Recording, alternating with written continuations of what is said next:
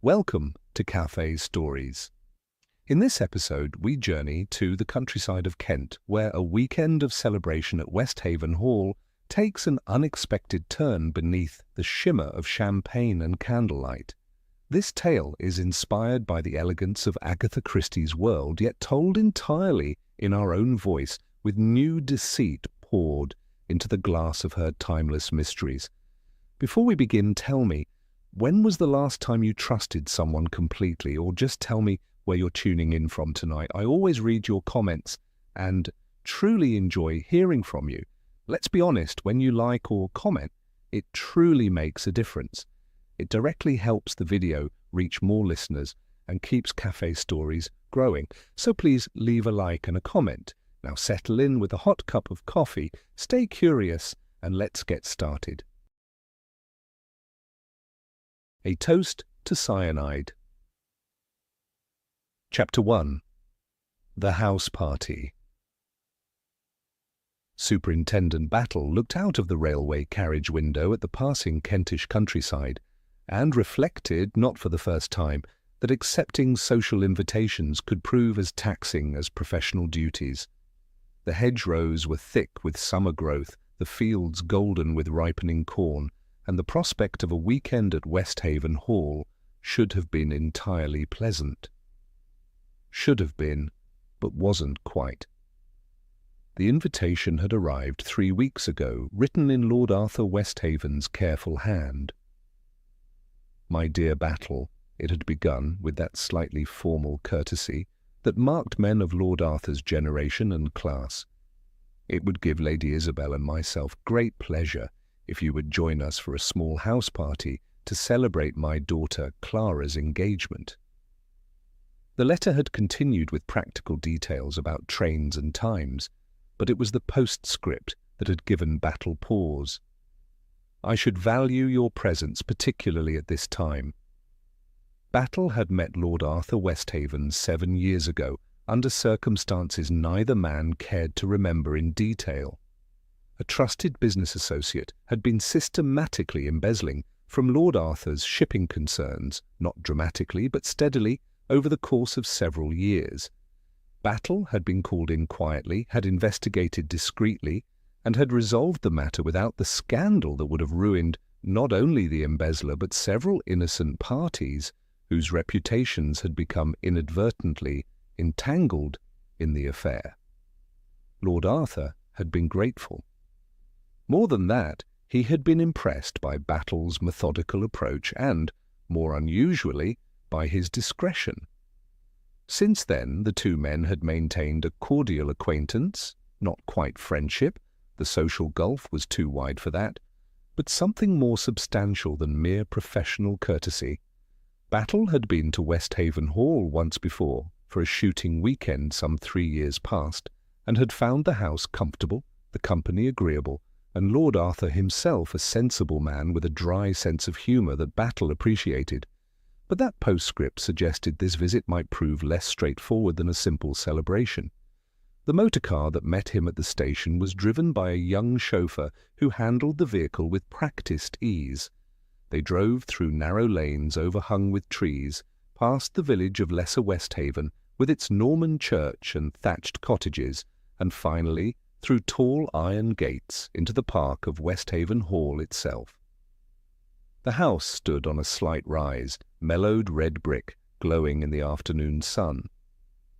It was not one of England's great houses, no vast Elizabethan pile or Palladian palace, but a gentleman's residence of comfortable proportions, built in the reign of Queen Anne and added to judiciously by successive generations. Battle approved of it.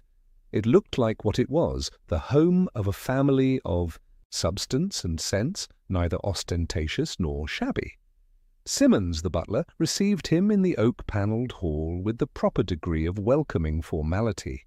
Battle, whose professional life had made him observant of servants, noted that Simmons was a man of perhaps 55, competent and correct, with the slightly harassed expression of one managing a household in unusual circumstances. "Lord Arthur is in the library, sir," Simmons said. "He asked that you be shown in immediately upon your arrival." Battle followed the butler through the cool, dim hallway. The library was a pleasant room, lined with books that showed signs of actual reading rather than mere decoration. Lord Arthur rose from behind his desk as Battle entered. He was a man in his early 60s, tall and spare, with iron grey hair and the upright bearing of one who had served in his youth with a good regiment. His face was weathered and strong, marked by years of responsibility and, Battle thought, recent worry. "Battle, my dear fellow," Lord Arthur said, coming forward with outstretched hand. "Good of you to come." They shook hands and Battle was shown to a chair.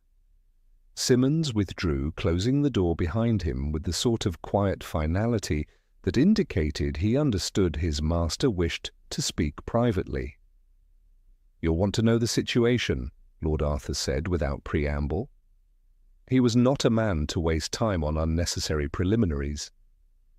"I had gathered," Battle said in his slow, comfortable voice, "that there might be more to this weekend than a simple celebration." Lord Arthur smiled briefly. "You always were perceptive. Yes, there's more to it." He paused, seeming to gather his thoughts. "My daughter Clara is engaged to be married to Captain Adrian Melfort. The formal announcement will be made tomorrow evening at a reception for our neighbours and friends. That much is straightforward. What complicates matters is that I am strongly opposed to this marriage, have been from the start, and have reason to believe Clara herself is having serious doubts." "I see," said Battle, who was beginning to. "Melfort served in India, invalided out 2 years ago. He's charming, I grant you that. Handsome, good war record, comes from a decent family. His father was Roger Melfort, perhaps you remember him, owned considerable property in Dorset, died 4 years ago." Battle nodded slowly. He had a policeman's memory for names and connections. "The difficulty," Lord Arthur continued, "is that young Melfort is a gambler, and I suspect considerably worse than that. He has debts. Substantial debts. There have been women, more than one, and more recently, than a man engaged to be married should allow. I've made inquiries, Battle, discreet ones, and I don't like what I've learned." "Has Miss Clara been told?" "Some of it, not all." Lord Arthur's face showed his distress. "She's my only daughter, Battle. Her mother died when she was 12. I remarried 5 years ago, Lady Isabel. You'll meet her at tea, and Isabel has tried to be a good stepmother, but Clara is headstrong. When Melfort paid his attentions, she was flattered. Now, I believe, she sees more clearly. But the engagement was announced privately 2 months ago. Arrangements have been made, and she feels—" He paused, choosing his words carefully. "She feels trapped by the situation." Battle sat quietly, his solid, unremarkable face showing nothing of his thoughts. After a moment he said, "You want me here as—" "What? A steadying presence? Or do you anticipate something more specific?" Lord Arthur stood and walked to the window, looking out over the park. "I don't know precisely. Call it a policeman's instinct, if you like. The situation feels wrong, Battle, unstable. Melfort arrived this morning, and the atmosphere in the house changed immediately. My wife seems nervous, though she conceals it well. Clara is withdrawn. Even Melfort's stepmother, who's staying with us for the celebration, seems on edge." He turned back to face Battle. "I asked you here because I trust your judgment, and because I've learned that your presence tends to prevent foolishness rather than merely detect it after the fact." It was perceptive of Lord Arthur, Battle reflected, to understand that prevention might sometimes prove more valuable than detection. "I'm happy to help in any way I can," Battle said. "Though I hope you understand that if anything seriously irregular should occur, I would expect nothing less than your complete professionalism," Lord Arthur interrupted. "I'm not asking you to overlook anything, Battle. I'm asking you to be here, to observe and to trust your instincts as I trust them. A gong sounded somewhere in the house, its reverberations rolling through the rooms. "That's tea," Lord Arthur said. "Come and meet the others. Perhaps you'll see what I mean." Battle rose and followed his host out of the library, through the hall, and toward the drawing-room where voices and the chink of china indicated that the house party was assembling. As they approached, Battle heard a woman's light laugh, a man's deeper tones, and underneath it all, a quality of tension that his experienced ear detected immediately. Lord Arthur had been right to be uneasy. The atmosphere was wrong, and Superintendent Battle's professional instincts, honed by 25 years of police work, were beginning to stir with quiet attention. He crossed the threshold into the drawing-room, his unremarkable face pleasant and unrevealing, his observant eyes already beginning the patient work of watching and waiting. That was his particular skill. Chapter 2. The Captain's Charm.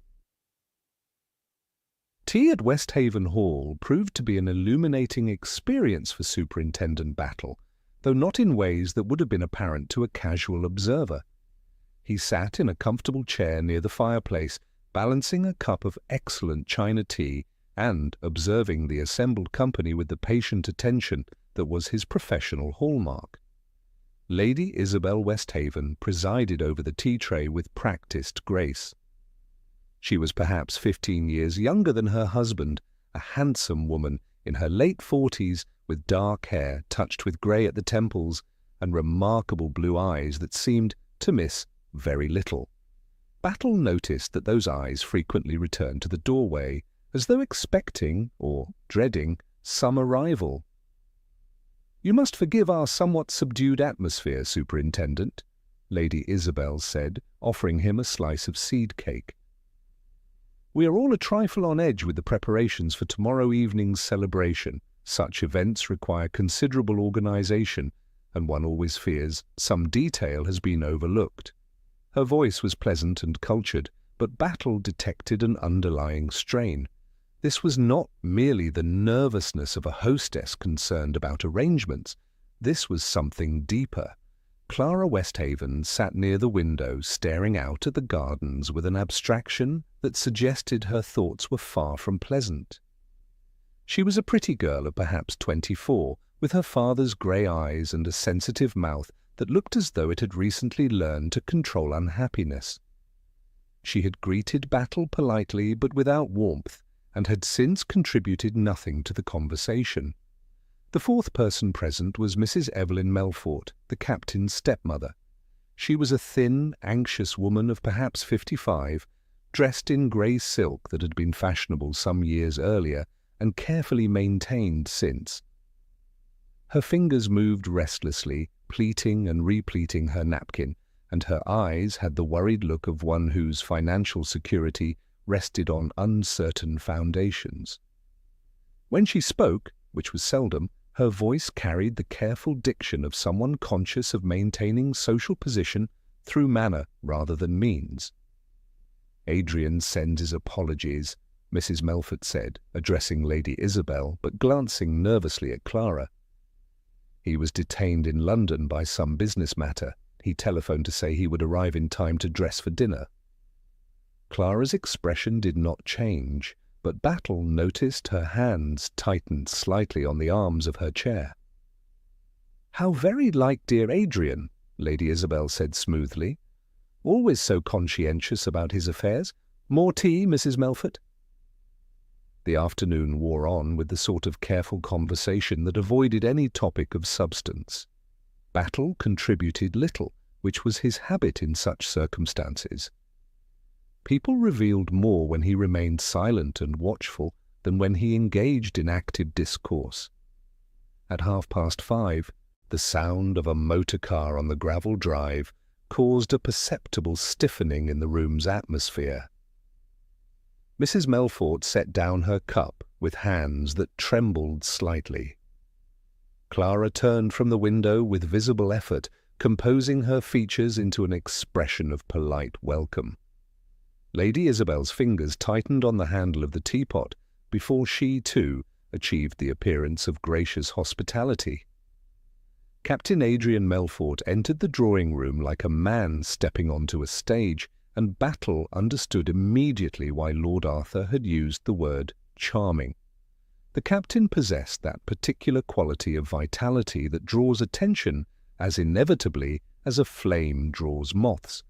He was perhaps 30 years old, tall and well-built, with dark hair and eyes that seemed to dance with perpetual amusement at some private joke. His manner suggested easy confidence and a complete assurance of his welcome. "My dear Clara," he said, crossing the room to take both her hands in his. "Forgive my tardiness. Beastly business in the city couldn't be avoided. You look charming, as always." He kissed her cheek, and Battle observed that Clara neither moved toward the embrace nor drew away from it. She simply endured it with a stillness that spoke more eloquently than any protest. "Lady Isabel, radiant as ever," Melfort continued, turning to his hostess. "Mrs. Melfort, dear stepmother, you're looking well." He barely glanced at Battle. "And we have another guest, I see. Forgive me, I don't believe we've been introduced." Lord Arthur, who had entered behind the captain, performed the introductions with a coldness that was just within the bounds of civility. "Captain Melfort, this is Superintendent Battle of Scotland Yard. Battle, Captain Adrian Melfort." For a fraction of a second, something flickered in Melfort's eyes, wariness, perhaps, or calculation, but it was gone so quickly that Battle might have imagined it. The captain extended his hand with every appearance of pleasure. "Scotland Yard, how splendid. I do hope you're not here professionally, Superintendent, though I suppose even policemen are entitled to holidays." "I'm an old friend of Lord Arthur's," Battle said in his comfortable, unrevealing voice. "Thought I'd enjoy a bit of country air." "Quite right, quite right. Nothing like the country in summer, eh?" Dinner that evening was a more formal affair. Battle found himself seated between Mrs. Melfort and a local vicar who had been invited to make up the numbers. The placement gave him an excellent opportunity to observe the dynamics of the table. Captain Melfort dominated the conversation with a series of amusing anecdotes about his service in India. He told his stories well, Battle had to admit, with a gift for the telling detail and the dramatic pause. But there was something calculated in his performance, something that suggested a man playing a role he had perfected through repetition. Lord Arthur contributed little to the conversation, his face set in lines of rigid politeness. Lady Isabel played the perfect hostess, ensuring that conversation flowed and that no awkward silences fell, but Battle noticed that her attention frequently returned to the captain with an intensity that seemed disproportionate to the occasion. Clara sat quietly, responding when addressed, but initiating nothing.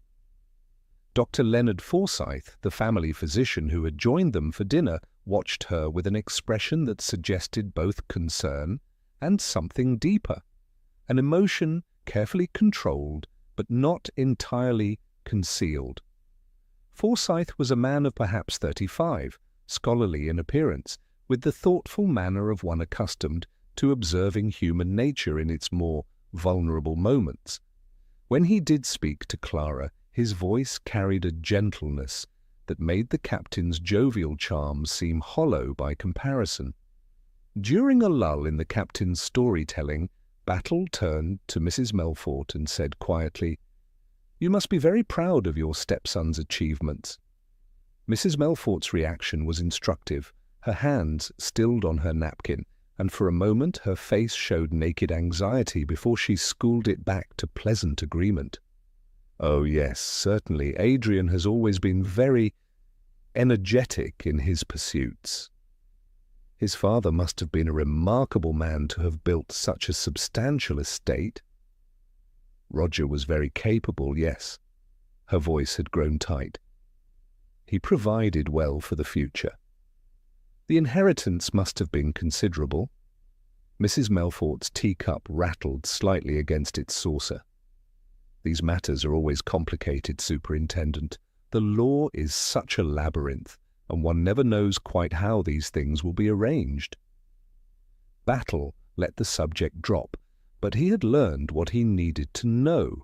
Mrs. Melfort's financial security was bound up with her stepson's fate, and the binding was not entirely to her satisfaction.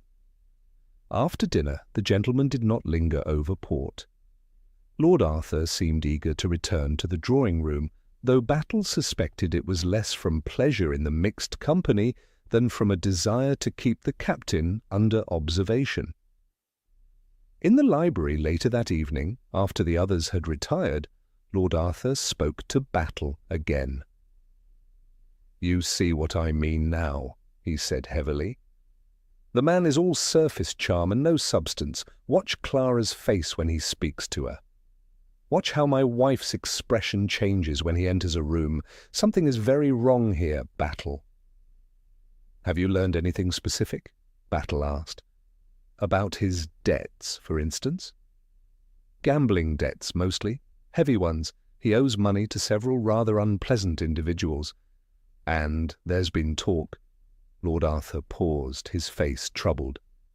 "Talk of his involvement in some unsavoury business dealings. Nothing proven, you understand, but smoke often indicates fire." Battle nodded slowly. "And Miss Clara?" "She knows about the gambling. I made certain of that. What she knows about the rest, I cannot say. She won't confide in me. Perhaps she feels she's gone too far to retreat with dignity." Lord Arthur's voice was bitter. "Pride is a destructive thing, Battle, when it prevents one from admitting a mistake." They spoke for a few minutes more, and then Battle retired to his room. As he prepared for bed, his mind reviewed the evening's observations with systematic thoroughness. A house full of tension and carefully concealed emotions. A charming wastrel about to marry a reluctant bride. A stepmother whose financial future depended on that wastrel's fate. A rejected suitor who still loved the girl. A stepmother-in-law whose watchfulness suggested knowledge or suspicion of something significant. And, presiding over it all, Lord Arthur's unease, the unease that had prompted him to invite a Scotland Yard superintendent to what should have been a joyful family celebration. Tomorrow evening would bring the formal announcement, the champagne toasts, the public commitment from which retreat would be nearly impossible. Battle folded his clothes with methodical care and settled into bed. He was not a fanciful man, but 25 years of police work had given him an instinct for approaching trouble. That instinct was warning him now, quietly but insistently. Something was going to happen at Westhaven Hall. Something more than an unwanted engagement and family tension. The atmosphere was wrong, charged with the sort of emotional pressure that, in his experience, inevitably sought release. Battle composed himself for sleep, but his mind remained alert, waiting and watching even in rest for whatever the next day might bring. Chapter 3. The Fatal Toast. The following day dawned bright and clear, one of those perfect English summer days that seem designed specifically for garden parties and outdoor celebrations. Battle rose early and took a walk through the grounds before breakfast, his solid figure moving unhurriedly along the gravelled paths, while his observant eyes took in the preparations already underway. Gardeners were cutting flowers for the house. Delivery vans arrived with supplies for the evening's reception. The household staff moved with the purposeful urgency of those working to a deadline. Everything appeared normal, orderly, and entirely proper. Yet that sense of unease that had troubled Battle the previous evening persisted like a note struck slightly off-key in an otherwise harmonious composition. Breakfast was an informal affair. The guests appeared at intervals, helping themselves from the covered dishes on the sideboard. Captain Melfort arrived late and in high spirits, apparently oblivious to the subdued atmosphere. He consumed an enormous breakfast while regaling Dr. Forsyth with a complicated story about polo in Lahore that required considerable gesticulation with knife and fork. Clara did not appear at all. Lady Isabel, when asked, explained that her stepdaughter was resting before the evening's festivities. Battle noticed that she delivered this information while carefully not meeting her husband's eyes. The day passed slowly.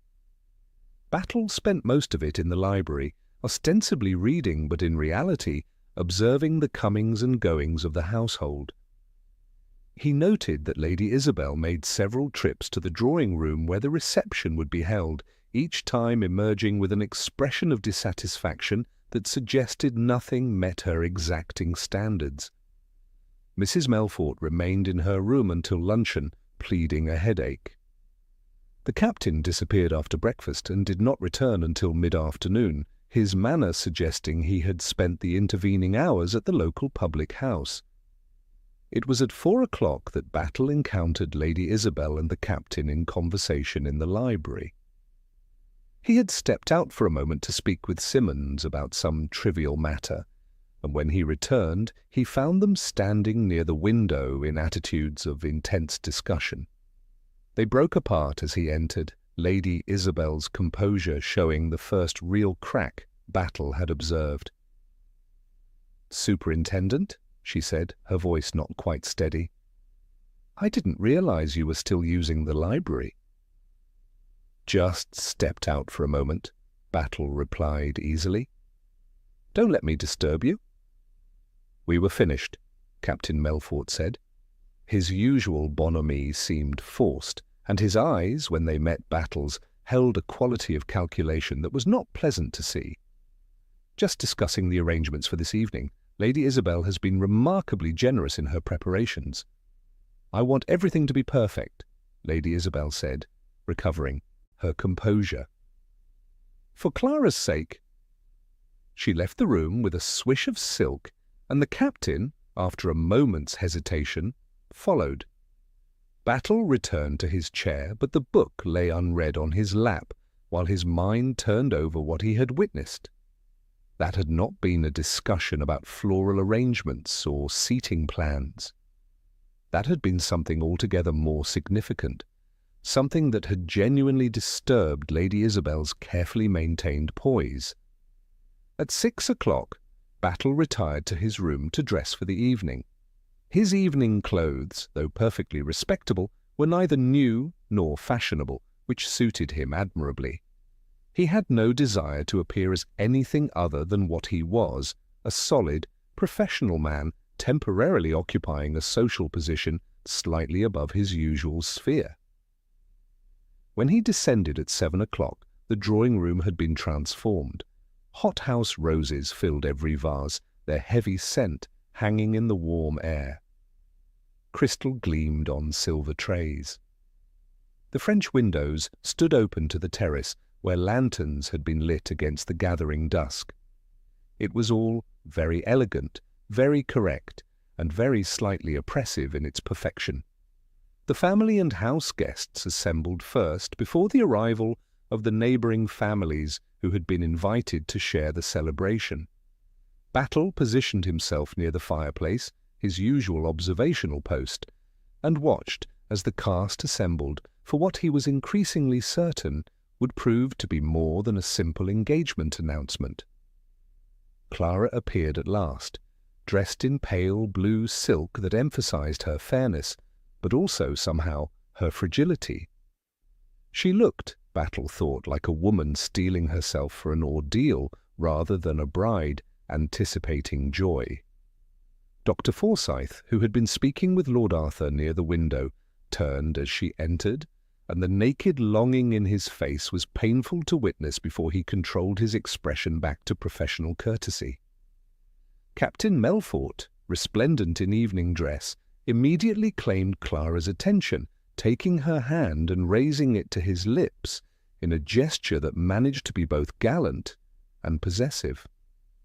Clara's smile in response was the sort of smile Battle had seen on witnesses preparing to give difficult testimony, determined but joyless.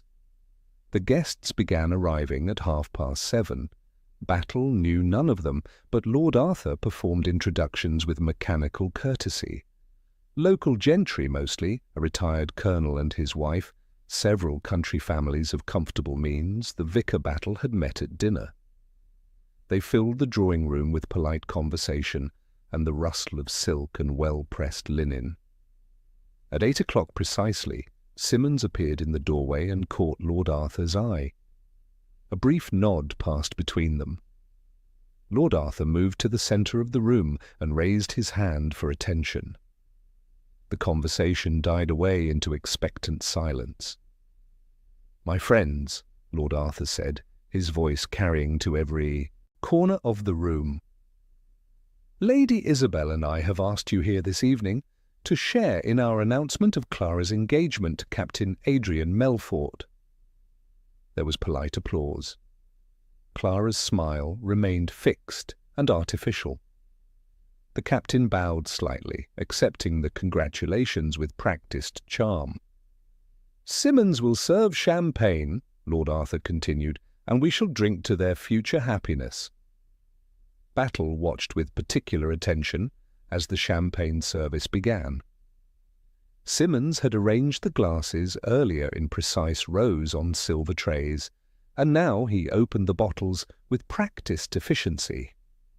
The golden liquid foamed into the crystal glasses, catching the lamplight. Other servants appeared to assist with distribution, moving among the guests with practised discretion. Lady Isabel had stationed herself near the trays, supervising the service with an intensity that seemed excessive for such a routine matter.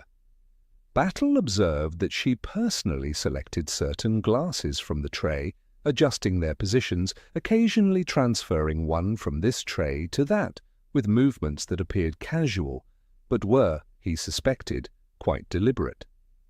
The captain stood with Clara near the fireplace, accepting the good wishes of the assembled guests. He was at his most charming, telling an amusing story about their first meeting that made Clara's reserve seem merely maidenly modesty rather than genuine reluctance. Lady Isabel approached them, carrying 2 glasses of champagne. She handed one to Clara with a smile, then turned to the captain. "Adrian, my dear boy," she said, her voice pitched for his ears alone, though Battle, standing nearby, heard every word. "I wanted to give you your glass personally. It seems fitting somehow." She reached up to adjust his boutonniere, a small white rose that had come slightly askew. Her fingers lingered for a moment on his lapel, and Battle saw her press something. The glass, he thought, though her movements were swift and natural, into the captain's hand. "Thank you, Lady Isabel," Melfort said, raising the glass. "You've been remarkably kind throughout this whole business." "It's important that family support one another," Lady Isabel replied. There was something in her voice. What was it? Sadness? Resignation? Battle could not quite identify it, but it troubled him. Lord Arthur moved to join his daughter and her fiancé. He carried his own glass with visible reluctance, and Battle noticed that his hand was not entirely steady. Whatever his feelings about this marriage, he was prepared to go through with the public endorsement that duty demanded.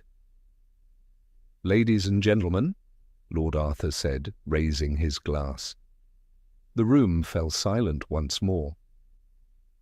"I ask you to join me in drinking to the health and happiness of my daughter Clara and her future husband, Captain Adrian Melfort."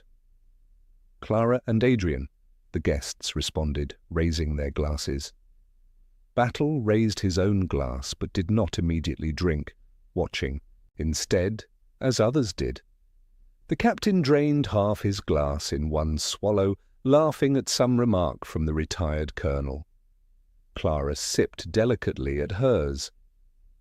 Mrs. Melfort, standing alone near the window, drank quickly, as though the champagne might provide courage she lacked naturally. Dr. Forsyth stood motionless, the glass untouched in his hand, his eyes fixed on Clara's face with an expression that suggested watching an execution. It was perhaps 30 seconds later when Battle noticed the change in Captain Melfort's expression. The smile froze on his face, replaced by something that might have been surprise or confusion. His hand went to his throat in an instinctive, clutching gesture. The glass fell from his other hand, shattering on the polished floor with a sound like a pistol shot in the suddenly silent room. "Adrian!" Mrs. Melfort's voice was sharp with alarm. The captain's face had gone from healthy colour to a strange, mottled grey. His breathing came in harsh, laboured gasps. He took one staggering step forward, then his knees buckled. Battle moved instantly, his professional training overriding social convention. He caught the captain before he hit the floor, lowering him with surprising gentleness for so solid a man. But even as he did so, he knew it was too late. The smell, that distinctive, bitter almond scent, told him everything he needed to know. "Get back!" Battle said sharply as guests pressed forward. "Dr. Forsyth, come here at once!" Forsyth knelt beside the fallen man, his fingers seeking the pulse at the throat. After a moment, he looked up at Battle, his face grey beneath its tan. "He's dead," Forsyth said quietly. "It looks like... Good God, it looks like cyanide poisoning." The room erupted. Women screamed. Men shouted. Clara stood frozen, her glass still in her hand, staring down at the man who, moments before, had been her fiancé. Lady Isabel swayed, her face the colour of chalk, and would have fallen if Lord Arthur had not caught her arm. Battle rose to his feet, his solid presence commanding attention through sheer force of professional authority. "No one is to leave this room," he said, his voice cutting through the chaos with the calm certainty of long experience. "No one is to touch anything. Simmons, send for the local police immediately and tell them that Superintendent Battle requests their presence at once. Dr. Forsyth, I must ask you to certify death formally and remain with the body. Lord Arthur, I need you to ensure that all guests remain exactly where they are." Order began to emerge from chaos as people responded to the absolute certainty in Battle's voice. He stood in the centre of the drawing room, surrounded by shocked guests and glittering crystal, and felt the familiar cold focus of professional investigation settle over him like a cloak.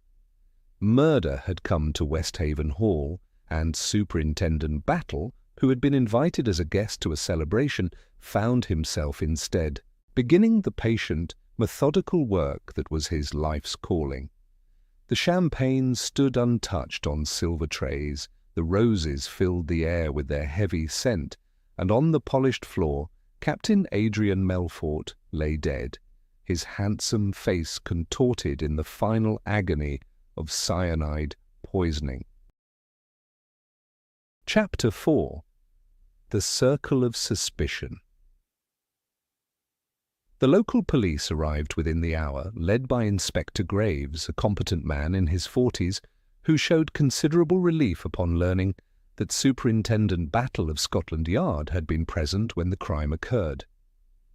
After a brief consultation in the library, it was agreed that Battle would lead the investigation with Graves, assisting in whatever capacity proved necessary. "I'm grateful for your help, sir," Graves said frankly. "We don't get many murders in this part of Kent, and cyanide poisoning is well outside my experience. The Chief Constable will be relieved to know you're handling matters." Battle nodded his acknowledgement. "We'll need statements from everyone present. The drawing room must be secured exactly as it is. No one touches the champagne bottles or glasses except the police surgeon when he arrives. Have your men take names and addresses of all the guests from the neighbourhood before allowing them to leave, but the family and house guests remain here tonight." "Understood, sir." The police surgeon, Dr. Beamish, arrived shortly after and confirmed what Battle and Dr. Forsyth already knew. Captain Adrian Melfort had died of cyanide poisoning, almost certainly administered through the champagne he had consumed. The speed of death suggested a substantial dose, and the progression of symptoms was entirely consistent with that particular poison. How long would it take? Battle asked. From ingestion to death? With a dose of this size, 3 to 5 minutes, I'd estimate, possibly less. He wouldn't have stood a chance, poor devil. Battle returned to the drawing room, which had been cleared of guests but retained the family and those staying in the house. They sat in various attitudes of shock, guarded by a young constable who looked profoundly uncomfortable with his assignment. Clara remained near the window, her face expressionless. Mrs. Melfort wept quietly into a handkerchief. Lady Isabel sat very upright on the sofa, her hands folded in her lap with rigid control. Lord Arthur stood by the fireplace, his face grey with shock, and what Battle suspected was also guilt. The guilt of having wished harm to the captain and seeing that wish fulfilled in the most dreadful manner. Dr. Forsyth had remained as requested, his professional detachment serving him well in circumstances that must have been emotionally complicated. Battle noted that the doctor's eyes frequently sought Clara, checking on her welfare with the sort of concerned attention that spoke of deep feeling carefully controlled. Battle began his interviews in Lord Arthur's study, a smaller, more intimate room than the library. He started with Lord Arthur himself, establishing facts and timeline before moving to more difficult questions. "Tell me about the champagne service," Battle said. "Who arranged it?" "Simmons supervised the arrangement of glasses and the opening of bottles. Lady Isabel insisted on overseeing everything personally. She wanted it all to be perfect." Lord Arthur's voice was heavy with irony at that word. "The bottles were delivered yesterday from Harrington's in London, a reputable wine merchant we've used for years. 6 bottles, all from the same case. And the glasses, from our own stock. Crystal, quite old, been in the family for generations. Nothing unusual about them." "Who distributed the champagne?" "Simmons and 2 footmen filled the glasses and carried the trays around. But Lady Isabel—" He paused, his face troubled. "Lady Isabel was handling certain glasses herself. I noticed it at the time, though I thought nothing of it then. She seemed particularly concerned about who received which glass." Battle made a note in his methodical way. "Tell me about your quarrel with Captain Melfort yesterday afternoon."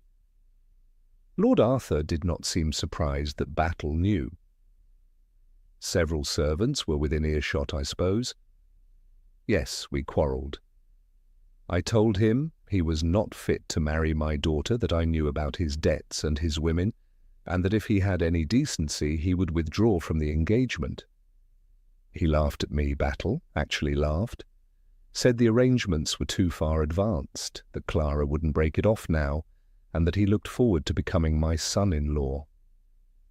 The bitterness in his voice was palpable. "I told him I'd see him damned first." Strong words. "Yes.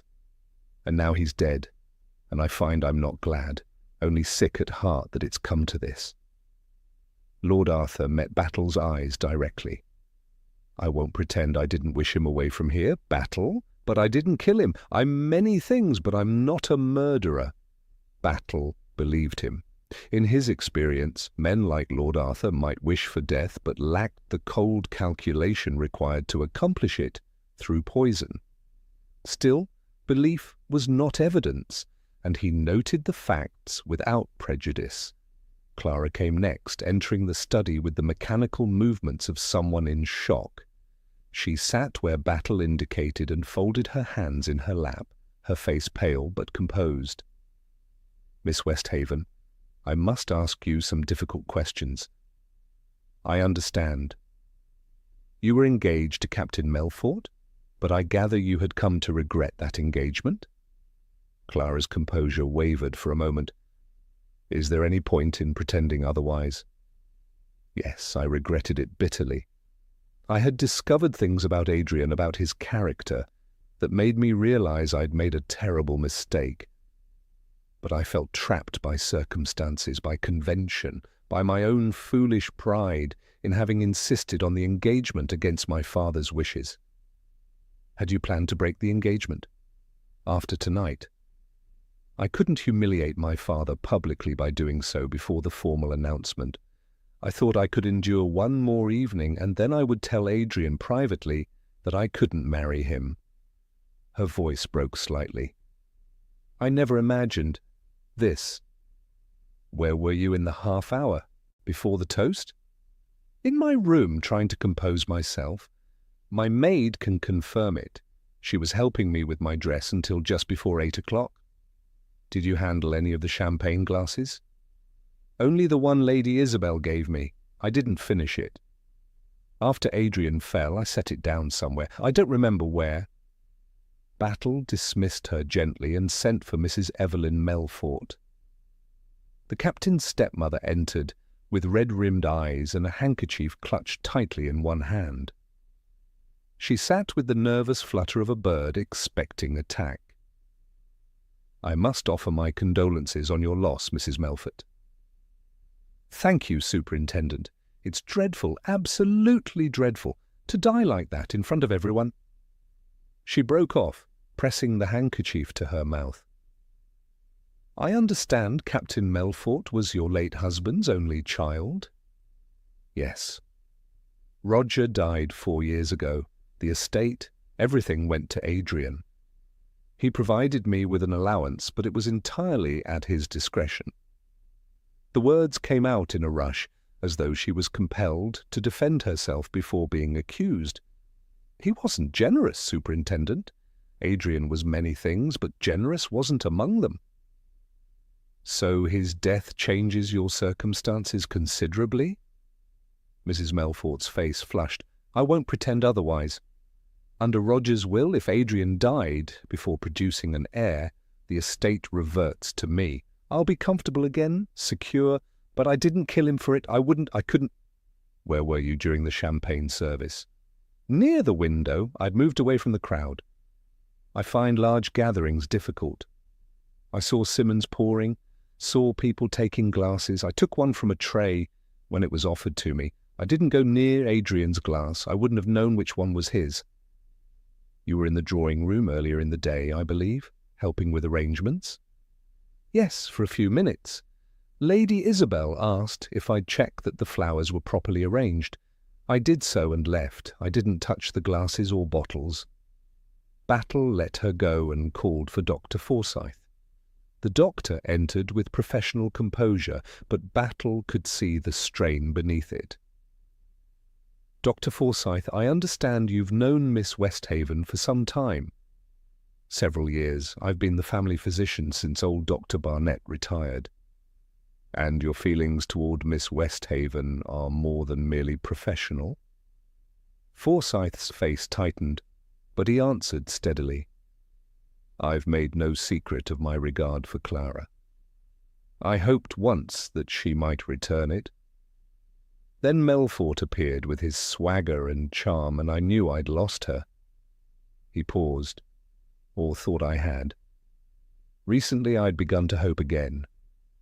Clara seemed disillusioned with him, and I thought perhaps, after a suitable interval, I might have another chance. Now that interval has been provided rather dramatically. Yes. Forsyth met Battle's eyes without flinching. I won't deny that Melfort's death removes an obstacle to my happiness. But I didn't kill him, Superintendent. My profession is dedicated to preserving life, not ending it. Yet you have access to cyanide. Any doctor does. It has legitimate medical uses, but my supplies are carefully locked and accounted for. You're welcome to examine them. I shall. Where were you during the champagne service? Standing near the terrace doors, I helped myself to a glass from one of the trays. I watched the toast, saw Melfort drink, and then... He paused, his professional detachment slipping slightly. Then I watched him die, and there was nothing I could do to prevent it. Battle made his notes and dismissed Forsyth, with instructions not to discuss his interview with anyone else. Finally, he sent for Lady Isabel. She entered with her composure restored, though Battle's experienced eye detected the cost of maintaining it. She sat gracefully and folded her hands, waiting for his questions, with the patience of one who had anticipated this interview. "Lady Isabel, I must ask you about your supervision of the champagne service. Several witnesses have mentioned your particular attention to the arrangement of glasses." "I wanted everything to be perfect," she said, her voice steady. "I supervised because I care about details, Superintendent. Is that so unusual?" "You personally handed Captain Melfort his glass." "Yes. It seemed a kind gesture, welcoming him properly into the family." Her voice wavered slightly on the last words. "You spent a moment adjusting his boutonniere." "It had come askew. I merely straightened it." "And during that moment you pressed the glass into his hand?" "I handed it to him, yes." Battle watched her carefully. "Lady Isabel, was there any particular reason you selected that specific glass for Captain Melfort?" For a moment he thought she would break. Her hands tightened in her lap, and something flickered in her eyes. Fear, guilt, calculation. He couldn't quite identify it. But then her control reasserted itself. "No particular reason, Superintendent. It was simply the nearest glass." Battle let the silence extend, but Lady Isabel did not break. She sat quietly, her face pale but composed, and met his gaze without flinching. "You may go, Lady Isabel, but please remain available. I may have further questions." She rose and left the room with dignity, and Battle sat alone in the study, his solid face thoughtful. The interviews had given him a circle of suspects, each with motive and opportunity. Lord Arthur, whose opposition to the marriage was violent enough to include death threats, Clara, trapped in an engagement she desperately wanted to escape. Mrs. Melfort, whose financial security depended on her stepson's death. Dr. Forsyth, whose love for Clara was thwarted by the captain's existence. And Lady Isabel, whose supervision of the champagne service seemed excessive, whose private conversation with the captain had disturbed her so visibly, and whose final gesture of handing him his glass had preceded his death by mere minutes. One of them had murdered Captain Adrian Melfort. Battle was certain of that. The question was which one, and more importantly, how. The champagne bottles had all come from the same case. The glasses had all been filled from those bottles, yet only one glass had contained poison. Battle rose and returned to the drawing-room, now empty except for the police constable guarding the evidence. He stood looking at the silver trays with their rows of crystal glasses, at the opened champagne bottles, at the shattered glass on the floor where the captain had dropped it. Somewhere in this elegant room, someone had committed murder with cold calculation and remarkable cleverness. And Superintendent Battle, with his patient methodology and his understanding of human nature, intended to discover exactly how it had been done. Chapter 5. The Patient Hunter. The morning after the murder dawned grey and drizzling, as though nature itself had adjusted to the sombre atmosphere at Westhaven Hall. Battle rose early, as was his habit, and found Inspector Graves already at work in the makeshift incident room that had been established in Lord Arthur's study. "The police surgeon's report, sir," Graves said, handing Battle a sheaf of papers. "Death by cyanide poisoning as we suspected. Substantial dose, administered through the champagne. And here's something interesting.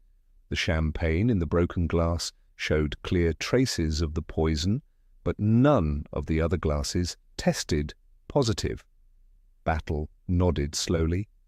"So the poison was definitely in that one glass, not in the bottle from which it was poured."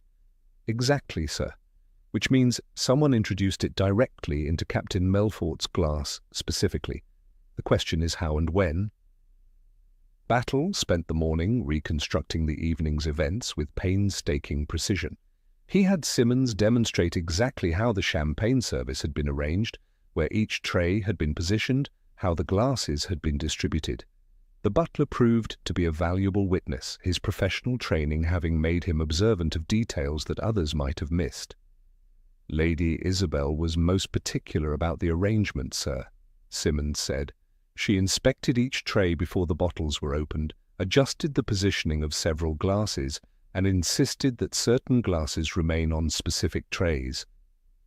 "Did you notice which glasses she adjusted?" "I couldn't say specifically, sir. There were so many, and they all looked alike, but she seemed to have a system in mind, if you take my meaning." Battle took his meaning very well indeed. He dismissed Simmons and stood alone in the drawing-room, his eyes moving from the silver trays to the spot where the captain had fallen, calculating distances and angles with his methodical mind. A conversation with the household staff revealed another significant detail. Lady Isabel had spent nearly an hour in the drawing-room that afternoon, alone except for brief intervals when servants entered to deliver flowers or attend to other preparations. She had sent them all away at one point, saying she needed absolute quiet to ensure everything was arranged correctly. An hour alone with the glasses. More than enough time to prepare one specifically for the captain. Battle turned his attention next to the question of the poison itself. Dr. Forsyth's medical supplies were examined and found to be complete, no cyanide missing from his carefully maintained inventory. A search of Mrs. Melfort's belongings revealed nothing of interest. Lord Arthur, when questioned, denied owning any cyanide and allowed Battle to search his private rooms without objection. But when Battle requested permission to search Lady Isabel's rooms, he encountered resistance for the first time. "I must protest, Superintendent," Lady Isabel said, her voice tight with controlled emotion. "Surely you cannot seriously suspect me of murdering my stepdaughter's fiancé?" "I suspect everyone equally at this stage, Lady Isabel. A thorough search of all suspects' belongings is standard procedure." "Then search them all by all means, but you will find nothing in my rooms, I assure you." She was right. The search, conducted with Battle's usual thoroughness, revealed nothing incriminating, no poison, no hidden containers, no evidence of guilt. Yet Battle's instincts told him he was on the right track. Lady Isabel's nervousness was not the natural anxiety of an innocent person caught up in tragedy. It was something more specific, more focused. He returned to the problem of motive. Why would Lady Isabel, who had no obvious connection to the captain beyond the family relationship created by her stepdaughter's engagement, want him dead? Battle sat in the library late that afternoon, his solid face expressionless, his mind working through possibilities with systematic patience. A thought occurred to him, and he sent for Inspector Graves. "I need you to make some inquiries," Battle said. "Discreetly. Lady Isabel was married before she became Lady Westhaven. Find out about her first marriage, whether there were children, and what became of them." Graves left on his errand, and Battle continued his methodical examination of the case. He interviewed the servants again, this time asking specifically about Lady Isabel's movements and behavior in the days leading up to the reception. A pattern began to emerge. She had been anxious, distracted, her usual calm demeanor showing cracks. Several servants mentioned finding her standing alone in various rooms, staring at nothing, lost in thought. One had heard her weeping in her sitting room late one evening, though she had denied anything was wrong when questioned. Whatever burden Lady Isabel carried, it had been weighing on her heavily before the murder occurred. Graves returned that evening with information that made several pieces of the puzzle fall into place. Lady Isabel did indeed have a son from her first marriage, Geoffrey Hartley, now 23 years old. 6 months ago, young Hartley had been involved in a financial scandal involving fraudulent investment schemes. The matter had been hushed up, but only through the expenditure of considerable sums and the intervention of influential friends. The scandal, if made public, would have ruined not only Geoffrey but also his mother and stepfather. "And here's the interesting bit, sir," Graves said. "Captain Melfort was one of the investors in the scheme that went bad. He lost money, but more importantly, he had evidence of young Hartley's involvement. There's a record of correspondence between Melfort and Lady Isabel from 3 months ago." Battle felt the familiar sensation of pieces clicking into place. A mother protecting her son, the captain's blackmail, Lady Isabel's desperation, and the opportunity provided by the engagement celebration, where her role as hostess gave her access to the champagne service. The method remained the challenge. How had she introduced the poison into one specific glass? Battle returned to the drawing-room once more, standing where Lady Isabel had stood during the champagne service, trying to see what she had seen, to understand what she had done. He examined one of the crystal glasses carefully, holding it up to the light. The design was traditional, a deep bowl on a slender stem.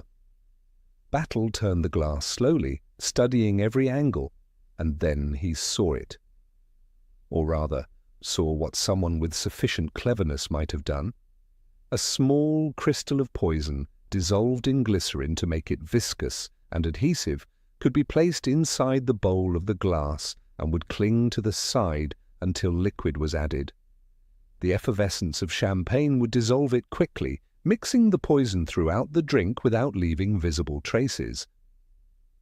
All Lady Isabel needed to do was prepare one glass beforehand, mark it mentally by its position on the tray, and ensure that specific glass reached Captain Melfort. Battle called for Dr. Beamish again and explained his theory. The police surgeon considered it carefully. "Yes, that would work," he said finally. "Cyanide crystals dissolved in glycerin would adhere to glass. The champagne would dissolve it within seconds, especially with the carbonation. By the time the captain drank, the poison would be fully mixed and completely lethal." Battle had his method. Now he needed proof, and more importantly, he needed Lady Isabel to confirm it. He was not a man who believed in extracting confessions through trickery or pressure. Instead, he relied on patience, on steady presentation of evidence, and on the fundamental human need to unburden one's conscience when confronted with certainty. He asked Lady Isabel to join him in the library that evening. She came with her usual composure, though Battle noted the shadows under her eyes and the slight tremor in her hands that she tried to conceal. "Lady Isabel," Battle began in his slow, comfortable voice, "I want to tell you what I believe happened. You may stop me at any time if I'm incorrect." She said nothing, simply folded her hands and waited. "Captain Melfort discovered your son Geoffrey's involvement in a fraudulent investment scheme. He threatened to expose Geoffrey unless you paid him a substantial sum, money you didn't have without approaching your husband, which would have revealed the very scandal you were trying to prevent." Lady Isabel's face remained impassive, but her hands tightened in her lap. "You spent weeks trying to find a solution, but there was none. Melfort was determined, and then the engagement to Clara was announced, and you saw your opportunity. As hostess, you would supervise the champagne service. You could prepare one glass specially, ensure it reached Melfort, and remove the threat to your son permanently." "This is speculation, Superintendent," Lady Isabel said, but her voice lacked conviction. "You spent an hour alone in the drawing-room yesterday afternoon. You prepared a crystal of cyanide dissolved in glycerin, obtained how, I don't yet know, and placed it inside one specific glass.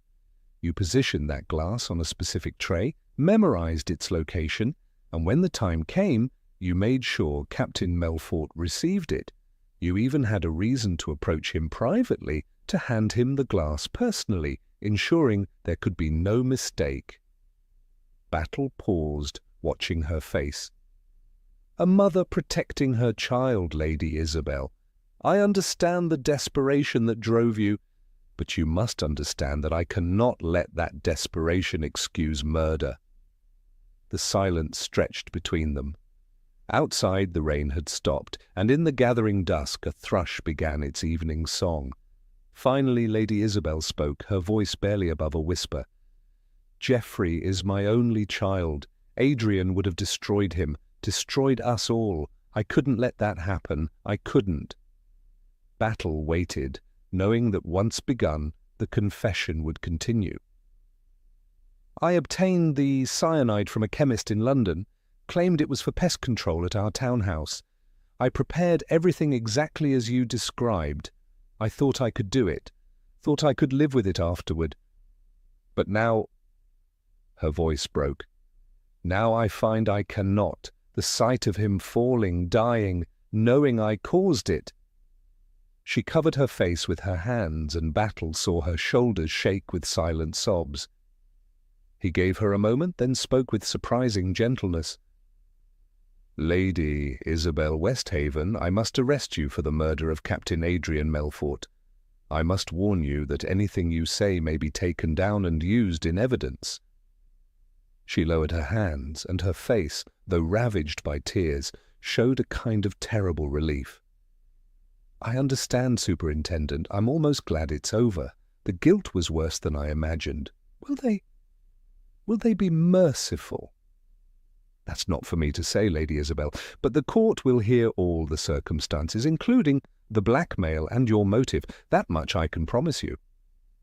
Battle summoned Inspector Graves, and Lady Isabel was placed under arrest, with as much dignity as such a proceeding allowed. Lord Arthur, informed of his wife's confession, aged 10 years in as many minutes. Clara wept quietly, though whether for her stepmother or from relief that the ordeal was over, Battle could not say. As Battle prepared to leave Westhaven Hall the following morning, Lord Arthur shook his hand with a grip that trembled slightly. Thank you, Battle, for handling this with discretion and for understanding. Justice must be done, Battle said quietly, but it need not be done without compassion. He climbed into the police motor car, his solid figure settling into the seat with a sense of completion. Another case closed, another puzzle, solved through patience and methodical observation rather than brilliant deduction. It was, Battle reflected as the car pulled away from Westhaven Hall, the only way he knew how to work, and it had served him well for 25 years. The countryside rolled past the windows, green and peaceful in the morning light, and Superintendent Battle turned his thoughts toward home, toward his wife and family, toward the ordinary life that awaited him between cases. Behind him, at Westhaven Hall, the consequences of one woman's desperate act would continue to unfold. But that was no longer his concern. He had done his duty, and justice, in its stern but necessary way, would take its course. Epilogue. The Quiet Resolution. 6 weeks after the events at Westhaven Hall, Superintendent Battle sat in his office at Scotland Yard reviewing the final reports on the case. Inspector Leach, his frequent collaborator, had stopped by to discuss another matter and found himself drawn into conversation about the Melfort murder. Nasty business, that, Leach observed, settling into the chair opposite Battle's desk. Lady of quality turning to murder. You don't see that every day, thank goodness. No, Battle agreed in his slow, comfortable way. Though desperation makes killers of people you'd never expect. Lady Isabel wasn't a wicked woman, Leach. She was a mother protecting her child, and she took the only way out she could see. Still murder, though. Still murder, Battle confirmed. The court recognized the extenuating circumstances, the blackmail, the threat to her son, the desperation of her position. She received 15 years rather than the death penalty. Considering the circumstances, it was as merciful as justice allows. Leach nodded thoughtfully. And the son, young Hartley, quietly left England, Canada, I believe. Lord Arthur arranged it, wanted to spare the family further scandal. He's a decent man facing a difficult situation with considerable dignity. What about Miss Westhaven? Battle's expression softened slightly. She's recovering. Dr. Forsyth has been attentive, as you might expect. I understand there's an understanding between them now, though they'll wait a suitable period before making it formal. She was badly shaken by the whole affair, engaged to one man who turned out to be a blackmailer and wastrel, nearly related by marriage to his murderer. But she's young and, I think, fundamentally resilient. And Mrs. Melfort, the stepmother, inherited the estate as expected. She's retired to a cottage in Dorset and, by all accounts, is quietly enjoying the financial security she lacked for so many years. She sent me a note, actually, thanking me for handling the matter discreetly. Seemed to think I might have exposed certain aspects of her relationship with her stepson that would have reflected poorly on her. I assured her that police work is concerned with crimes, not with family disharmony. Leach smiled at that. You're too soft-hearted for a policeman, Battle. Perhaps, Battle said, though his tone suggested he didn't agree. Or perhaps I simply understand that people are complicated, and that justice serves no purpose when it's delivered without understanding. He rose and walked to the window, looking out over the London streets below. The autumn afternoon was drawing in, and the lamps were beginning to be lit along the embankment. The interesting thing about the case, Leach, was the method. Simplicity itself, really, once you understood it. A crystal of poison prepared beforehand and placed in a specific glass. The champagne dissolved it within seconds, and by the ante time Captain Melfort raised the glass to his lips. His death was already inevitable. How did she know which glass was which? Leach asked. Surely they all looked identical. Position, Battle said simply. She arranged the glasses herself, memorized the position of the prepared one, and made certain that specific glass reached the captain. Her role as hostess gave her the perfect excuse to personally hand him his drink. No one questioned it, because it seemed like a gracious gesture. Clever. Very clever. Almost too clever, which is what made me suspicious. Lady Isabel was too concerned with the champagne service, too particular about details that should have been left to the servants. Her anxiety gave her away as much as any physical evidence. Leach stood to leave, then paused at the door. One thing I don't understand, Battle. You were invited as a guest to prevent trouble, weren't you? Lord Arthur wanted you there because he sensed something wrong. Yet the murder happened anyway, right under your nose. Doesn't that bother you? Battle considered the question with his usual methodical patience. I've thought about that, Leach. The truth is, I was watching for the wrong sort of trouble. I expected something impulsive, a quarrel perhaps, or a dramatic confrontation. What I didn't anticipate was premeditated murder carried out with considerable planning and cold calculation. Lady Isabel's desperation was carefully hidden beneath her social grace. By the time I understood the depth of it, Captain Melfort was already dead. He returned to his desk and gathered the case files, preparing to consign them to the archives where all completed cases eventually resided. But we learn from these experiences, Leach. Next time I'm invited somewhere because my host senses trouble, I'll watch not just for hot tempers, but for cold calculations. Murder wears many faces, and the quiet ones are often the most dangerous. Leach nodded and left, and Battle sat alone with his thoughts for a few moments longer. The Westhaven Hall case would remain with him, not because it was particularly complex, or because the solution had been difficult to reach, but because it illustrated something he had long believed about human nature. Beneath the surface of respectability and social grace, ordinary people harbored extraordinary emotions: love, fear, desperation, rage.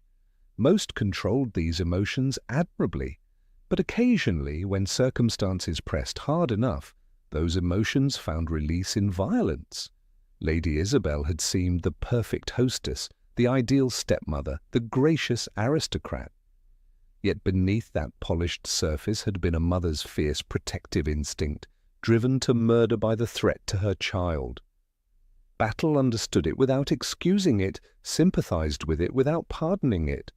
Justice had been done, and done as mercifully as the law allowed. He closed the last file folder and stood, reaching for his coat. His wife would have dinner, waiting, and perhaps his daughter Mary would stop by with her husband. Normal family life, far removed from murder and poison, and desperate acts committed in elegant drawing rooms.